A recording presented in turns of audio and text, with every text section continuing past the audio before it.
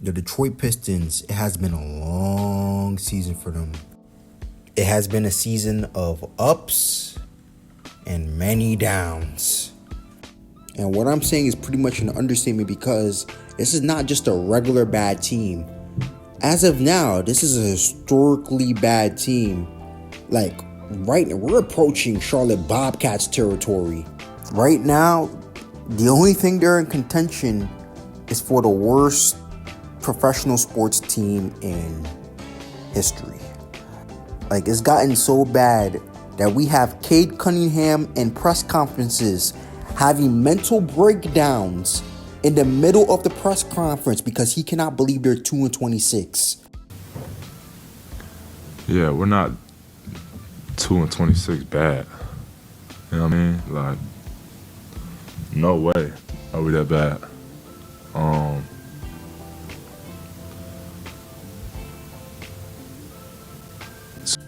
Yeah, the man was thinking about where did it go all wrong. But here's the thing. Everyone knows that they are terrible. But why is that? What led up to this?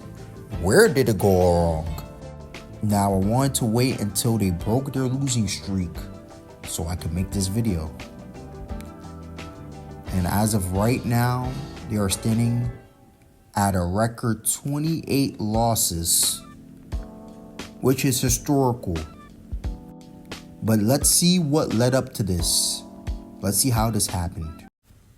Okay, I did my research and this is what I found. Detroit Pistons as of right now are sitting at 3 wins and 32 losses and are well below 500.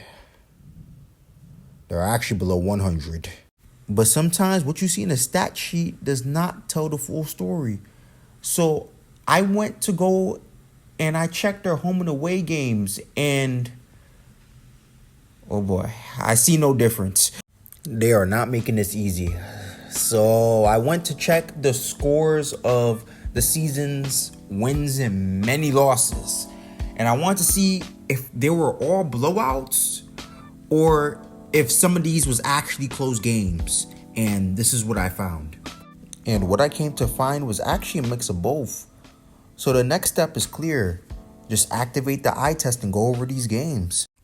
So I'm going through these games, and the first thing I'm noticed as I'm going through them is the Pistons' lack of defense. It's crazy. And I'm not even sure if the issue is they just don't have it defensively or they just are not trying out there with the defense.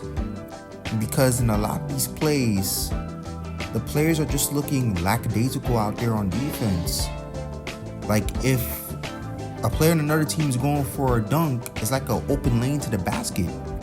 But something like this is on brand for this era of basketball. This era of basketball, let's be honest here, the defense is lacking in a lot of areas.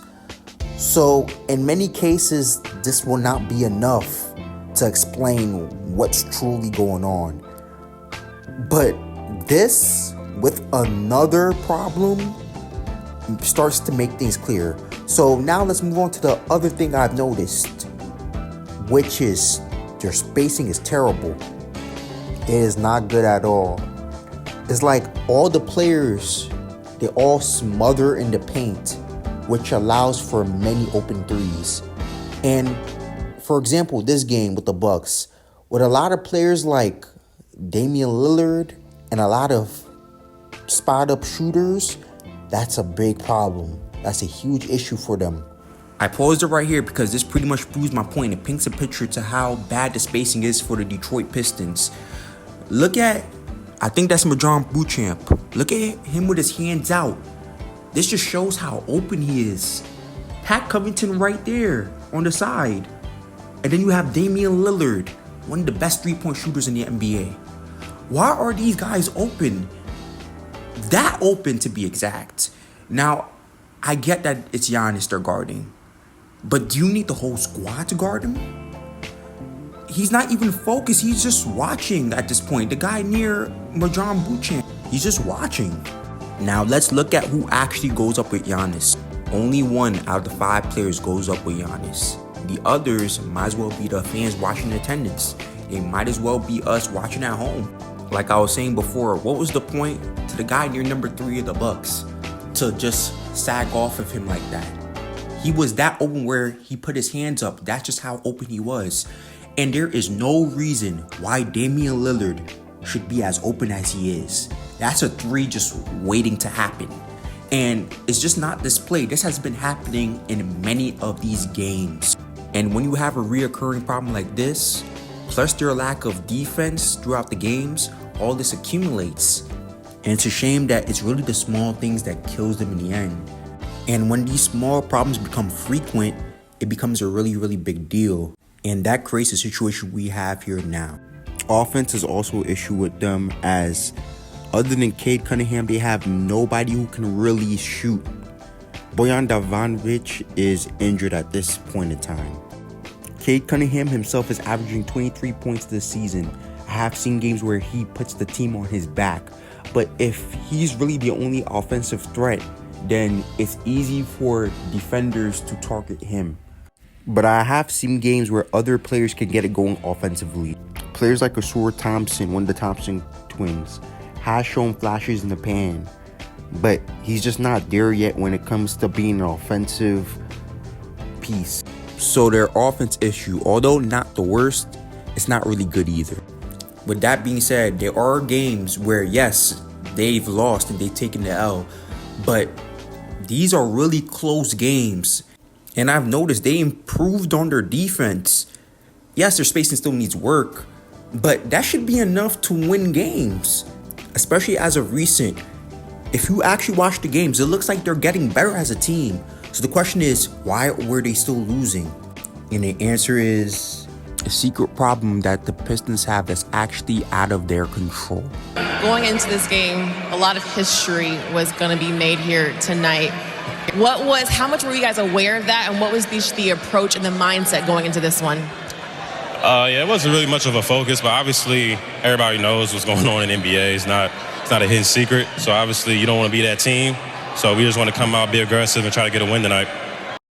So what Kent Thomas is basically saying is that since every team in the NBA knows the Detroit Pistons' tragic situation, you have literally every other team in the NBA. Whenever they play the Detroit Pistons, they are playing every single game like it's their last. That's right, they are gearing up every game like this is a game 7. I can only imagine how these locker rooms are looking like before games. That would make for a good RDC World video. Yeah, so with these problems and the fact that no team wants to be known as the team that lost to the Detroit Pistons, this is the dilemma the Detroit Pistons were facing. As of recent, they finally broke their losing streak against the Raptors. Oh no, not this game here you're seeing. They get blown out here. But they did break their losing streak.